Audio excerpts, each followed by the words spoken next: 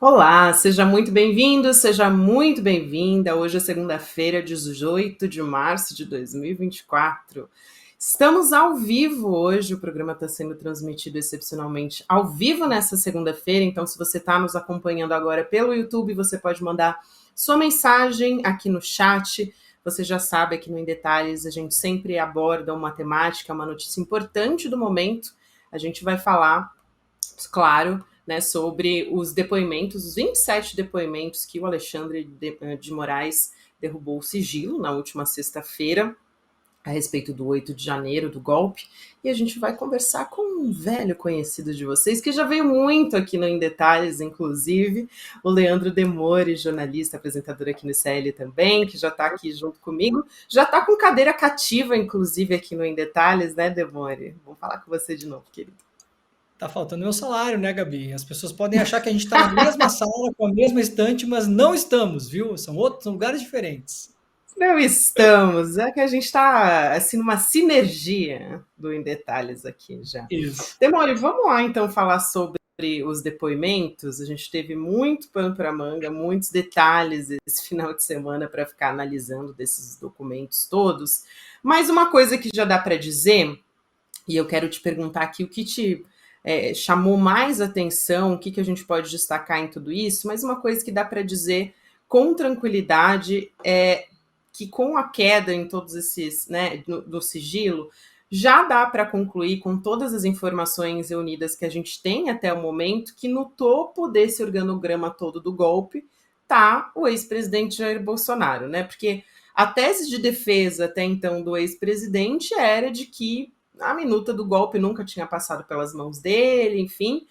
E é o oposto do que a gente analisou nesses depoimentos agora que foram divulgados, né? Os ex-comandantes Freire Gomes e também o Batista Júnior corroboram no que já tinha sido dito pelo Mauro Cid, o ex-ajudante de ordem de Bolsonaro.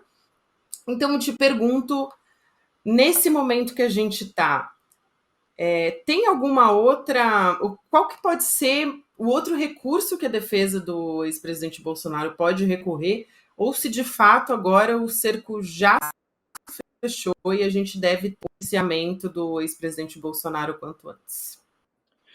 Bom, vamos lá. Gabi, vamos começar pela estratégia de defesa do Bolsonaro, que talvez fica mais fácil para as pessoas entenderem. O que é a estratégia de defesa do Bolsonaro e, eventualmente, de algumas pessoas que vão estar envolvidas nisso. Lembrando que, por enquanto, todos são investigados, não há denúncia contra nenhuma dessas pessoas. Então, não nos espantemos, Gabi, quando terminar a investigação da Polícia Federal, isso chegar nas mãos do Ministério Público, algumas pessoas não estejam, né, no indiciamento e nem na denúncia, porque pode acontecer, a gente está falando aí de quase 30 pessoas envolvidas, de repente tem gente ali que estava num grupo de zap que o Cid mandava umas coisas, mas você não vai ter elementos suficientes para identificar que a pessoa podia estar envolvida numa tentativa de golpe de Estado, que é um crime muito sério, você tem que ter provas contundentes, elementos contundentes para mandar essas pessoas para o Poder Judiciário para que possam se defender.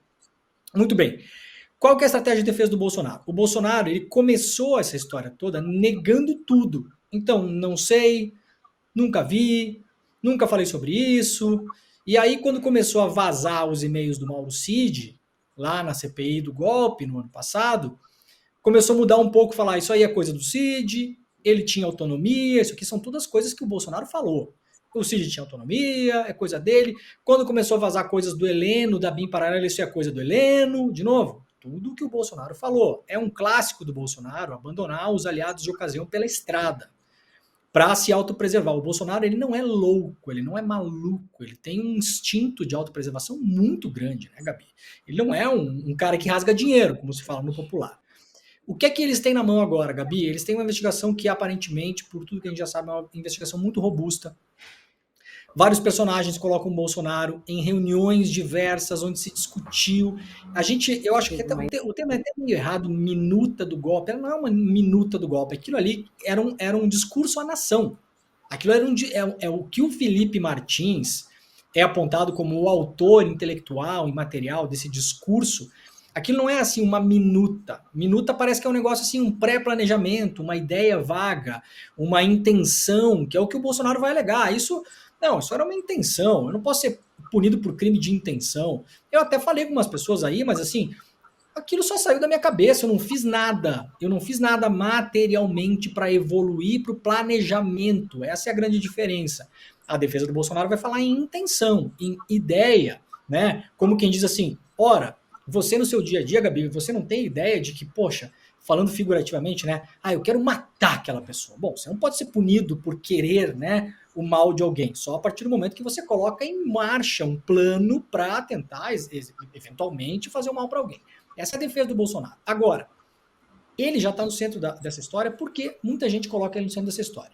Essa tal da minuta golpista, lembrando, são duas, uma delas encontrada no celular na casa do Anderson Torres, aquela previa uma interferência, uma intervenção no TSE, afastando o ministro Alexandre de Moraes, se apossando das comunicações dele, do e-mail, do WhatsApp, tudo, para eventualmente achar ali algum pelo em ovo que falasse, olha aqui, eles estão fraudando as urnas, eles estão fraudando o sistema eleitoral. Essa era a primeira intenção. Essa que foi redigida pelo ex-assessor do Bolsonaro, Felipe Martins, que foi discutida em várias reuniões, inclusive confirmado pelos dois comandantes da Aeronáutica e do Exército, dizendo que participaram de ao menos 2 reuniões, onde foi lido para eles, o Felipe Martins teria lido o texto inteiro para eles, depois teria se ausentado da sala e o Bolsonaro teria ficado só com os militares para discutir e aí, vamos lá? Vocês estão dentro? Vocês querem? Vocês não querem? E aí, aparentemente, o almirante da Marinha colocou tropas à disposição. O comandante da Aeronáutica e o comandante do Exército falaram que não topariam, e aí tem um pouco da narrativa heróica que o comandante da Marinha disse que o comandante do Exército falou que ia prender o Bolsonaro. Particularmente me dou o direito de não acreditar nisso, tá? Mas tudo bem, isso interfere pouco no processo. E aí, isso seria um discurso à nação. O Bolsonaro faria um discurso à nação que mistura 4 linhas com Aristóteles, né? É o que está lá, né? Tem desde a frase das 4 linhas até o Aristóteles, de fato. É uma mistura, assim, de bolsonarismo com Praça é Nossa, com olavismo de Carvalho, aquela coisa toda, né? É o olavismo da Praça é Nossa, esse discurso. E era o discurso que, no final, o último parágrafo é o que realmente importa, declara, então, o estado de sítio no país e a declaração de uma GLO, Garantia da Lei e da Ordem, cumprida pelo Exército. Ou seja, Exército nas ruas, estado de sítio, aqui só faz o que eu mando. Tá? Isso é o resumo.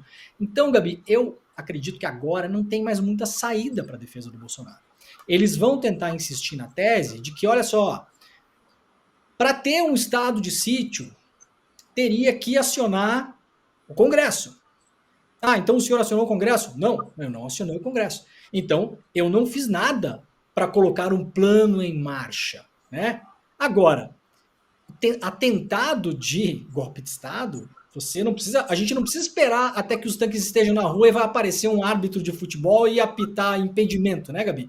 Exatamente. A partir do momento em que eles já definiram, se reuniram, eles tentaram, alguns militares que não estavam muito atinentes à ideia do golpe, eles usaram o gabinete do ódio para criar meme contra esses militares, chamar de comunista, tentar destruir a reputação nas redes sociais, o Braga Neto chamando um oficial de cagão porque não estava aderindo ao golpe. Então, eles estavam, de fato, materialmente planejando e precisavam de apoio.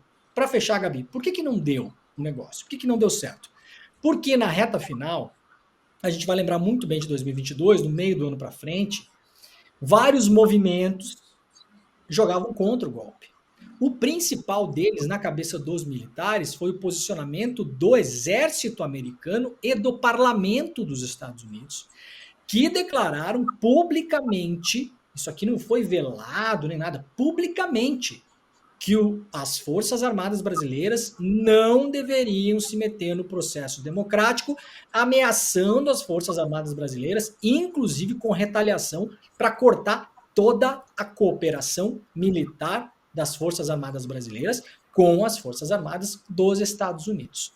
Então, houve, pela primeira vez na história, os Estados Unidos da América falando, gente, dessa vez a gente não vai participar dessa festa, tá? A gente participou de todas as outras, mas essa festa da Selma, não sei, acho que a gente não quer. Então, Gabi, como eu falei no Desperta hoje de manhã, esses que estão se pagando de legalistas até agora e tal, na minha concepção, e tá bastante óbvio isso, assinaram até nota em apoio aos acampados na frente dos quartéis.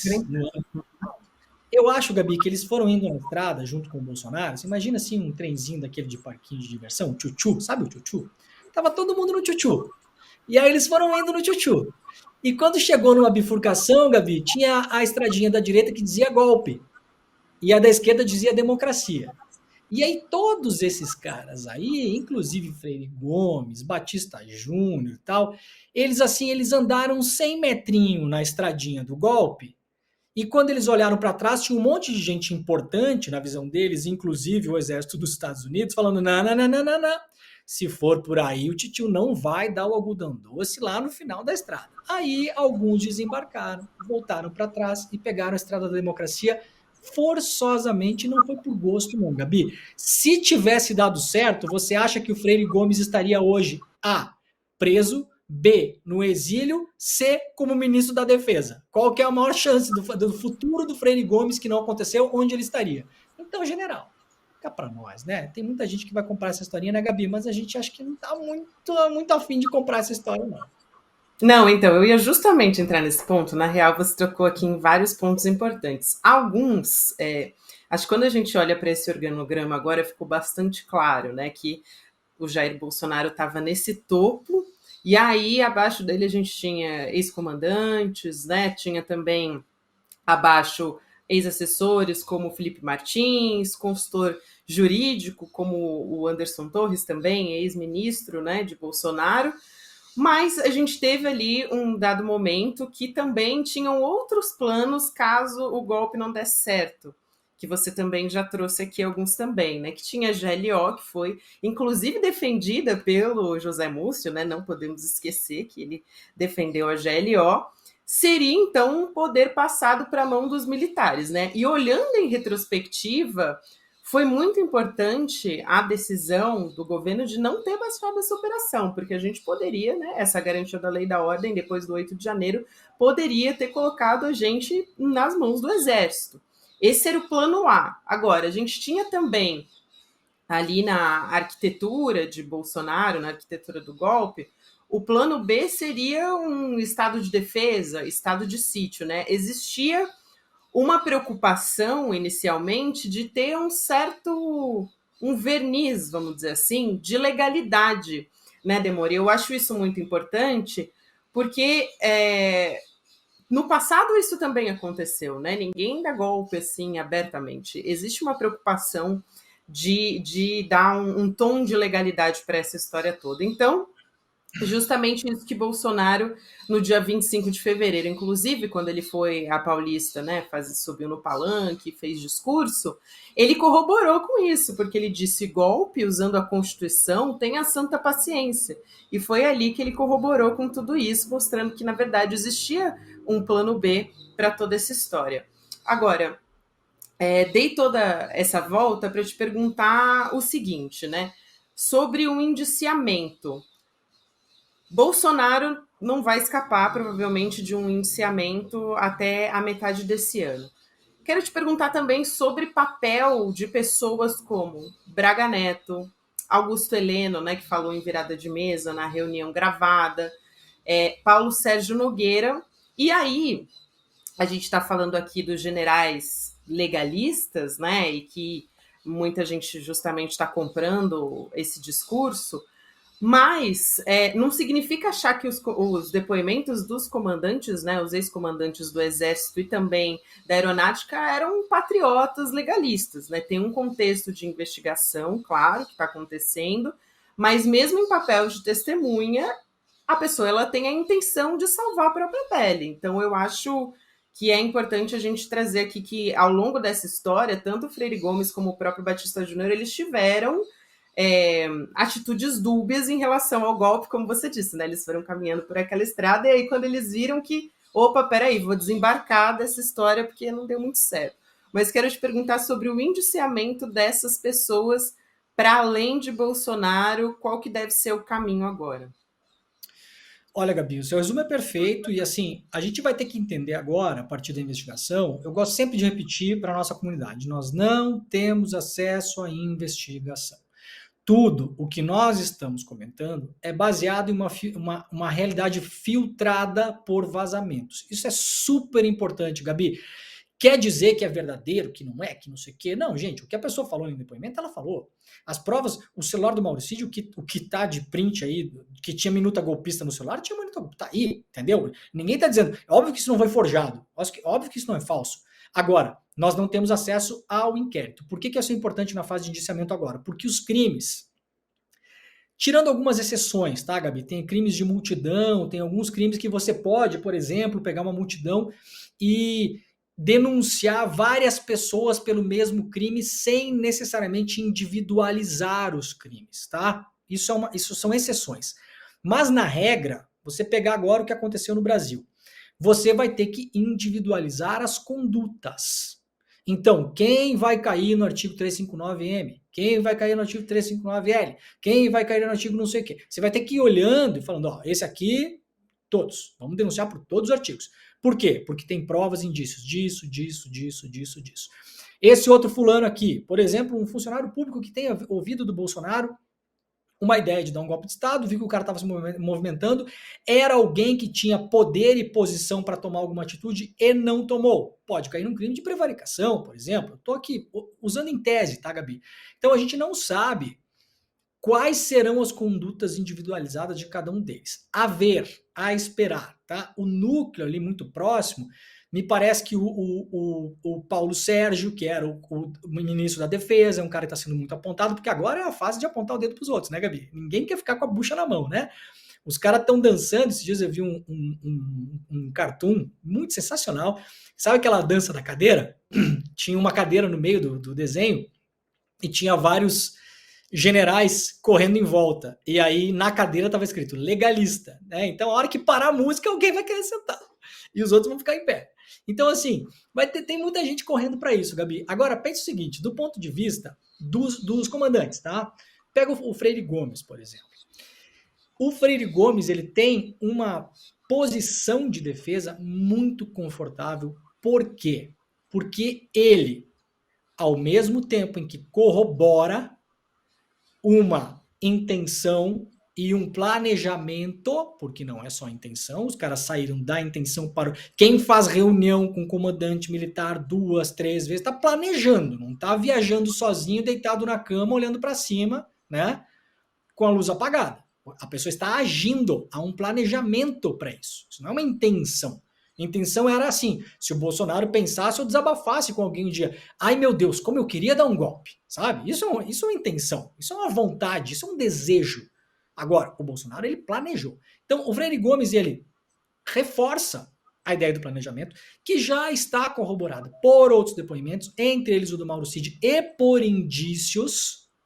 indícios materiais, não só por notícias correlatas, por falou, por deixou de falar. Só que o Freire Gomes, ele e o Brigadeiro Batista Júnior, ao se colocarem como aí, entre aspas, legalistas, saiu da própria boca do Batista Júnior, que o Batista Júnior fala, olha, o Freire Gomes, que era o comandante do exército, chegou a ameaçar prender o Bolsonaro, né? Então eles se colocam como isso. Agora, Gabi, pensa do ponto de vista de defesa, tá? Se você fosse a pessoa que está ali e você ouve, se você fosse o Bolsonaro, ou o Braga Neto, qualquer pessoa ali, você fica bloqueado nessa defesa, porque você não pode dizer o seguinte, bom, a reunião aconteceu? Aconteceu.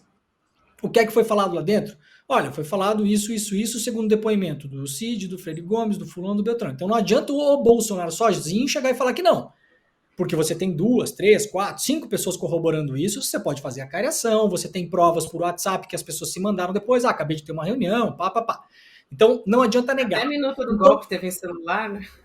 Tem minuta, tal da minuta do golpe, que é o decreto, aquele tá no celular. Então, fica muito difícil pro cara chegar e falar assim, não, o senhor não me ameaçou de prender, não.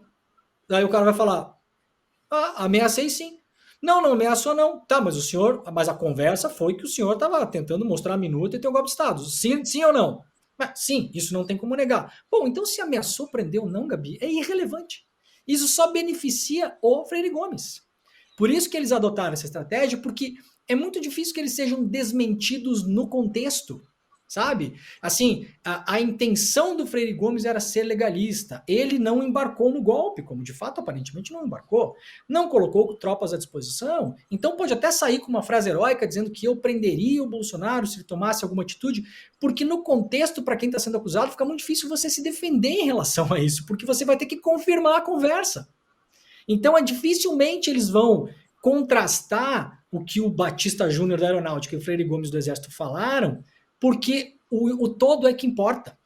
Difícil para a defesa do Bolsonaro e dos outros agora falar, não, deixa eu ver aqui, não, isso aqui ele não ameaçou prender não, mas isso aqui é verdade, isso aqui eu não posso negar porque tem a minuta no celular do Cid, isso aqui tem uma outra conversa, isso aqui eu já disse que tinha. Então, você não pode ir destrinchando e se defender muito disso, e para além disso, Gabi, no final do processo, quando eles virarem réus e tiver o processo, pro Bolsonaro, para o Bolsonaro, importa pouco se o Freire Gomes foi heróico ou oportunista, porque não interfere no que o Bolsonaro fez e deixou de fazer. Isso é só uma narrativa para a biografia do Freire Gomes, entendeu? Então, para eles é muito confortável isso. Então, agora, a ver se eles passam a história como testemunhas heróicas que evitaram um golpe de Estado. E, no fim das contas, Gabi, eu não estou muito preocupado com Freire Gomes e Batista Júnior, não, porque eu acho que desse bolo todo aí, eles eram assim quase um mal menor. Eu não acho que eles sejam heróicos, legalistas, mas sinceramente pouco me importa. Não me parece que o Freire Gomes sozinho, sem o Bolsonaro no poder, seria alguém que levantaria de casa no domingo de manhã e colocaria 25 tanques na rua em Brasília. Então a gente tem que olhar para cima e pegar o comando dessa operação e os maus intencionados de toda essa história. Só aproveitando isso que você falou, tem muita gente comentando a respeito disso. A Débora Tirabasso, por exemplo, disse: eu estou vendo a grande mídia dar muita corda para esses militares que não aceitaram o golpe. Já estou até vendo que não vai acontecer nada com eles, capaz até de ganhar medalha. Ela colocou aqui. O Gustavo Ribeiro também trazendo aqui: o Supremo vai julgar os deputados envolvidos na tentativa de golpe. E aí a gente não está falando só de deputados, né, mas também dos próprios militares. Talvez seja o único momento nessa quadra da história que a gente está realmente implicando os militares nessa história. Agora, nesses minutos aqui finais que a gente tem, Demore, eu acho importante também dizer, falar de Bolsonaro. Ele teve o passaporte apreendido, mas existe uma preocupação com como que ele vai lidar, né, como que ele vai seguir nesses próximos meses em que a gente está justamente esperando o indiciamento não só dele, como líder nesse planejamento do golpe, como você disse, né? Foi um planejamento e não uma intenção de golpe, e aí a gente vai ver o papel também do Procurador-Geral da República, o Paulo Gonet, nessa história, que a gente ainda tem uma expectativa em relação a isso. Na sequência, isso vai para a mesa do relator do Supremo Tribunal Federal, que é o ministro Alexandre de Moraes, e a gente já tem uma ideia de qual que vai ser a tônica ali desse julgamento, né? Então, duas coisas aqui. Uma perspectiva de que essa história não deve terminar ainda nesse ano, né? O julgamento, o indiciamento, acho que sim, a gente deve ter até a metade desse ano, mas o julgamento, de fato, ainda deve demorar um pouco para acontecer. Mas, nesse meio tempo, como Bolsonaro mobilizando as ruas, está querendo fazer mais uma manifestação, levar as pessoas para as ruas, incentivando um clima de golpe, inclusive continuado, em qual situação, Demore, na tua avaliação, ele deveria ser preso de fato? Assim, o que falta para uma prisão preventiva? O que Bolsonaro poderia fazer? Seria obstrução de prova? Seria, de repente, o que ele falasse nas ruas também, numa eventual manifestação? O que você acha?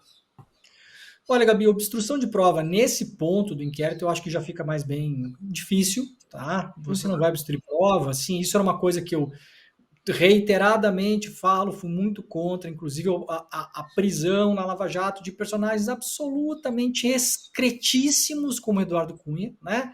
Está preso há 1 ano e meio por causa que pode destruir prova. Vamos lá, gente, né? Vamos ter uma lógica na história. Assim.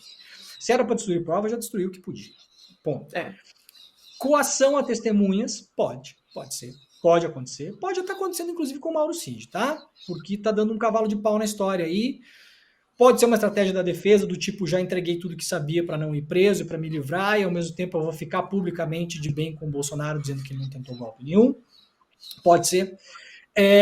Pode ele estar falando com os outros investigados, ele está terminantemente proibido, não pode fazer isso nem mesmo via advogados. Então pode se identificar em algum momento que ele esteja fazendo isso, ou pode, que é uma interpretação um pouco mais abrangente dessa questão que popularmente se fala de crime continuado, né? Ou seja, o cara está sendo investigado por tal coisa, o cara sobe lá no palanque e continua falando, tem que fazer estado de sítio, sim, tem que, porque o STF não sei o quê. Isso pode ser perigoso para o Bolsonaro. Por isso que ele mediu muito bem as palavras no dia 25 lá, Gabi, só para lembrar, fechar o assunto. Você lembra, né? A Michele Bolsonaro fez o papel de Santinha Beata, o Magno Malta fez o papel de maluco franco atirador, o Gustavo Gair e Nicolas lá de BH fizeram o papel de jovenzinhos que encontraram o Messias e foram alcançados pela luz, né? Então, cada um fez um papel ali que, numa situação normal, o Bolsonaro teria falado todas aquelas bobagens. Mas ele tomou muito cuidado. Então, ele está tomando cuidado. E para fechar, o momento ele é muito delicado, judicialmente falando, nas páginas policiais o Bolsonaro está encrencado, tá, Gabi? Nas páginas políticas, não tanto. Nas páginas políticas é um bom momento do Bolsonaro, é muito melhor do que era 6 meses atrás. A aprovação popular dele é menor que a do Lula, mas é muito próxima, quando a gente imaginaria que poderia estar lá no chão, como foi parada a Dilma, como foi parado o Temer, não foi. Ele sustentou a queda, ele conseguiu reverter a queda em termos de imagem pública. Então, é um momento que o Bolsonaro agora, ele não sai mais da rua. Eu tenho falado isso já há um mês. Hoje nós vimos a notícia, Bolsonaro vai marcar outros atos. Eu já falei isso aí 3 semanas atrás. Bolsonaro não sai mais da rua, gente. Por que vai sair da rua? Para quê? Entendeu? A popularidade do governo Lula está mais negativa do que positiva. Não é nada catastrófico, mas é assim que está. E, para fechar o programa, Gabi, eu fiquei sabendo na semana passada, final da semana, que por pesquisas internas contratadas por partidos, inclusive partidos de esquerda, a quantidade de pessoas que acha que o Bolsonaro é responsável por uma tentativa de golpe e B, os bagrinhos lá do 8 de janeiro têm que estar presos, a quantidade de pessoas que concorda com isso aparentemente caiu. Não aumentou, caiu. E ela já não era grandes coisa. Acho que era mais ou menos metade, que achava que as pessoas tinham que estar presas pelo quebra-quebra, um pouco mais, e metade que achava que o Bolsonaro era responsável, ou até um pouco menos, eu não vou ter de cabeça isso agora, que são muitas pesquisas. Mas então isso, mesmo com, digamos assim, o bombardeio do inquérito, isso não está revertendo contra. As pessoas não estão achando cada vez mais que tem que prender os golpistas, cada vez mais que o Bolsonaro tem relação com isso. Pelo contrário. Então a gente vai ter que esperar os movimentos populares, esperar a questão da economia, comunicação do governo, isso, aquilo, ver como que a coisa vai para a gente entender se o Bolsonaro fica na rua ou sai da rua. Pois é, Demore, o que preocupa também é a defesa, né, do Bolsonaro, porque quando ele vai para a rua, ele também não consegue segurar muito a língua, né? Então, fica aí a preocupação para a defesa do Bolsonaro, porque ele deve continuar mobilizando as ruas, porque é tudo que ele tem nesse momento, né, para continuar trazendo essa imagem de mártir e de vítima que ele vai querer construir ao longo dos próximos meses. Muito obrigada, querido, por hoje. Um prazer te receber mais uma vez aqui no Em Detalhes. Sempre bom falar contigo. Um beijo, até uma próxima, Demore. Obrigado demais, Gabi. Beijão. Beijo. Todo mundo aqui, inclusive no chat, elogiando Leandro Demore pela didática, né? Trazendo aqui um bom resumo do que a gente teve a partir de sexta-feira, né? Com esses sigilos de depoimentos que foi retirado nos investigados pelo golpe, e agora a gente pôde entender um pouco melhor do que se trata. E vamos continuar acompanhando. Gente, recado final aqui também, vou pedir para o Gabriel Vento, que está comandando o episódio aqui junto comigo, colocar aí, temos a aula do Elliot Aronson, que vai ser uma aula inédita com um cientista que desvendou o comportamento humano. A gente está falando aqui de ciências, né, no Instituto Conhecimento Liberta. Aprenda a ciência das boas decisões e como usá-la de forma prática na sua vida. Então, no próximo domingo, dia 7 de abril, ainda não é próximo, né? mas no dia 7 de abril, então, portanto, daqui com 3, né, no terceiro domingo, contando a partir do próximo, a gente vai ter, então, essa aula do Elliot Aronson, que é um evento online gratuito, mas que você precisa fazer a sua inscrição para garantir a sua vaga em detalhes icl.com.br para poder assistir a aula. Então, você já fica aí ligado, né, ainda falta um tempinho, um psicólogo dos Estados Unidos para você poder, vamos expandir aí os conhecimentos a respeito dessa ciência. Eu que mais uma vez estou rodeada de passarinhos aqui na região onde eu moro. Obrigada a você que me acompanhou até aqui, todo mundo que participou, mandando mensagem aqui no chat, escrevendo para a gente. O Em Detalhes fica por aqui por hoje. Próximo episódio, lembrando que vai ao ar amanhã, às 10h30 da manhã, ao vivo no YouTube, por onde você acompanha toda a nossa programação. Tem também, o episódio fica disponível nas nossas plataformas de áudio, você pode ouvir na sua preferida. E agora, para quem está nos acompanhando no YouTube, você fica com o Mercado Investimentos, na sequência tem o Rolê CL com o William De Luca. 6h da noite, eu vou estar com você de novo, junto com Chico Pinheiro no ICL Notícias, segunda edição. Obrigada a você que me acompanhou até aqui, até amanhã. Você seria capaz de fazer o mal, mas não um mal menor, um mal maior, desses que mais te assusta, esses que você mais critica nos seus dias, nas suas redes sociais? Provavelmente a sua resposta seria: não, eu não sou um monstro. Mas o que as pesquisas mostram pode te deixar chocado. A psicologia social estuda o comportamento humano e o porquê da gente fazer as coisas da forma como a gente faz. O maior especialista no mundo em psicologia social chama-se Elliot Aronson. E aos 92 anos de idade, é o psicólogo mais premiado nos Estados Unidos, tendo ganho o prêmio de melhor psicólogo, melhor pesquisador e melhor autor. Ele que escreveu esse livro, O Animal Social, o livro que mais influenciou na minha vida a minha forma de ver o mundo. A gente conseguiu marcar uma conversa com Elliot Aronson para ele nos ensinar sobre comportamento humano. E a melhor notícia é que essa conversa é aberta, gratuita, para todo mundo poder participar. Vai acontecer no dia 7 de abril, um domingo às 8h da noite. Para você participar, é só clicar no botão Saiba Mais aqui. Aproveite e chame todo mundo que você conhece para participar. Elliot Aronson, falando com a gente aqui no Brasil sobre esse tema tão importante. É agora ou nunca, irmão.